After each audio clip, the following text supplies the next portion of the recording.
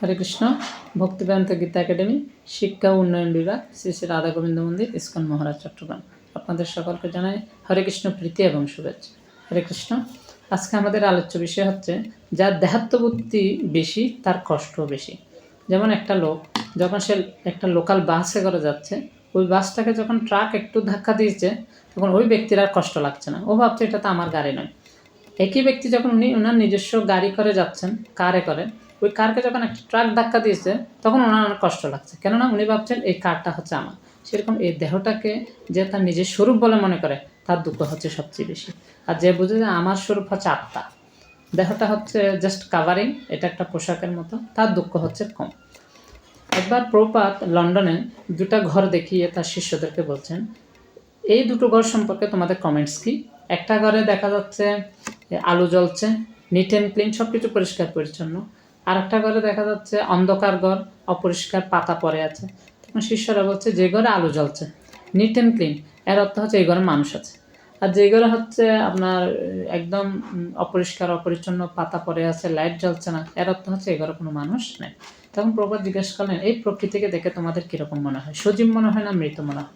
তখন শিষ্যরা বলল যে এটাকে সজীব মনে হয়, কেননা সূর্য পূর্ব দিগন্তে উদিত হয়, পশ্চিমে অস্ত যায়, কোনোদিন লেট করে না, সব কিছু প্রকৃতিতে সুন্দরভাবে চলছে। তাহলে এর অর্থ হচ্ছে এই প্রকৃতির পিছনে একজন নিয়ন্তা আছে। ভগবদ্গীতায় কৃষ্ণ বলছেন, মায়া অধ্যক্ষেন প্রকৃতি সুতে সচরাচরম হেতু নানেন কুন্তেয় জগৎ বিপরিবর্ততে। কৃষ্ণ হচ্ছেন অধ্যক্ষ, তার অধ্যক্ষতায় এই প্রকৃতি জড়জগৎ পরিচালনা করে। তো অনেক সময় আপনারা দেখবেন প্রতিবেশী যদি লাখ টাকা পায় কোথাও, তখন আমরা খুশি হই না, বা আমরা আনন্দিত হই না, বা আমরা হাসি না, আমরা এত লাফাই না। আর প্রতিবেশী যদি অনেক দুঃখ পায় তখন আমরা এত বেশি দুঃখিত হয় না। ঠিক সেরকম প্রতিবেশীর খুশিতে যেরকম আমরা সেরকম খুশি হয় না, সেরকম নিজের খুশি তো, নিজের কোনো কিছু পাওয়াতে এত বেশি খুশি হওয়ার দরকার নেই, এত লাফালাফি করার দরকার। আর প্রতিবেশীর দুঃখে যেরকম আমরা এত বেশি দুঃখিত হয় না, সেরকম নিজের দুঃখ তো এত বেশি ডিপ্রেসড হওয়ার কোনো কারণ নেই। এই সুখ দুঃখ এই জড়জগতের রীতি, এটা গ্রীষ্ম এবং শীত ঋতুর মতো। গীতায় কৃষ্ণ বলছেন, মাত্রা স্পর্শ তুকন্তেয় শীত উষ্ণ সুখ দুঃখদা আগম পাইন নিত্য তান্ত্রিত কশ্য ভারত। হে অর্জুন, সেগুলো তুমি সহ্য করার চেষ্টা করো। সুখ দুঃখ গ্রীষ্ম এবং শীত ঋতুর গমনাগমনের মধ্যে আসে। একবার একটা লোক মন্দিরে আসছে, সে মন্দিরে সাটাতে বসে আছে। তখন এক ভক্ত বলল, আপনি এই ফোমটা নেন, এই ফোমে বসেন। তখন এই সাটার উপরে ফোমটা দেওয়া হলো, ওই লোকটা ফোমে বসলো। কিছুক্ষণ পরে দেখা গেল একজন ভক্ত আসছে মন্দিরে, খুব সিনিয়র একজন ভক্ত আসছে। তখন ওই ভক্তটাকে জিজ্ঞেস করলাম, যিনি ছাটায় ফোমে বসে আছে, ওনাকে বললেন, প্লিজ আপনার ফোমটা একটু দেবেন, যে আমাদের ওই ভক্তটাকে একটু বসতে দিতে হবে। তো উনি বলতে, হ্যাঁ হ্যাঁ নেন নেন, অসুবিধা নেই। তখন ফোমটা নিয়ে নিল। তখন লোকটা চিন্তা করলো যে আমি প্রথমে মাটিতে ফ্লোরে বসেছিলাম, এরপরে ছাটা আসলো, ছাটাতে বসলাম, এরপরে ফোম আসলো, পরে ফোমটা নিয়ে গেল, এখন আবার কেউ ছাটাটাও নিয়ে যেতে পারে, কিন্তু সে কী করলো, আমি যে একদম ছাটাতেও বসবো না, আমি ফ্লোরে বসি, কারণ ফ্লোর তো আর কেউ নিয়ে নিতে পারবে না। এর উদাহরণ হচ্ছে, যদি আমরা আমাদের জীবনের চাহিদাগুলো কম করি, আমাদের চাহিদা যত কম হবে তত আমাদের মঙ্গল। আমাদের হারিয়ে যাওয়ার কোনো কিছু থাকবে না। এত উচ্চ বিলাস যদি আমরা না করি, তাহলে আমাদের লস হওয়ার কোনো কিছু থাকবে না, তখন আমরা দুঃখ পাবো না।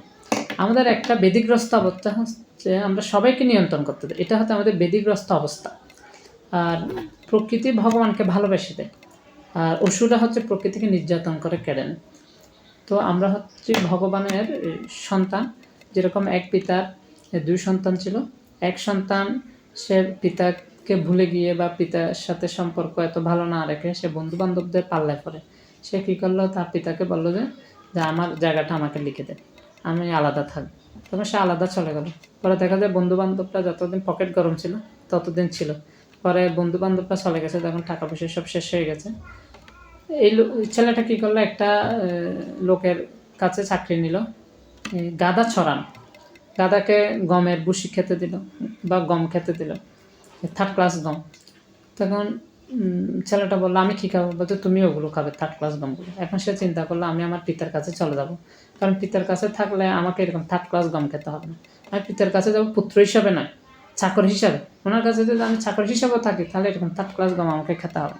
যখন সে পিতার কাছে আসলো, পিতা বললো যে তোমার এরকম চাকরি করতে হবে না, তুমি আমার পুত্রের মতোই থাকবে। এবার পুত্রকে আলিঙ্গন করে নিল। এ হচ্ছে আমরা ভগবানের সন্তান। আমরা যদি ভগবানের কাছে শরণাগত হই তাহলে ভগবান আমাদের সমস্ত পাপ ক্ষমা করে দিয়ে আমাদেরকে ওনার নিজের সন্তানের মতো আলিঙ্গন করে নেন। Thank you very much. Thank you. Hare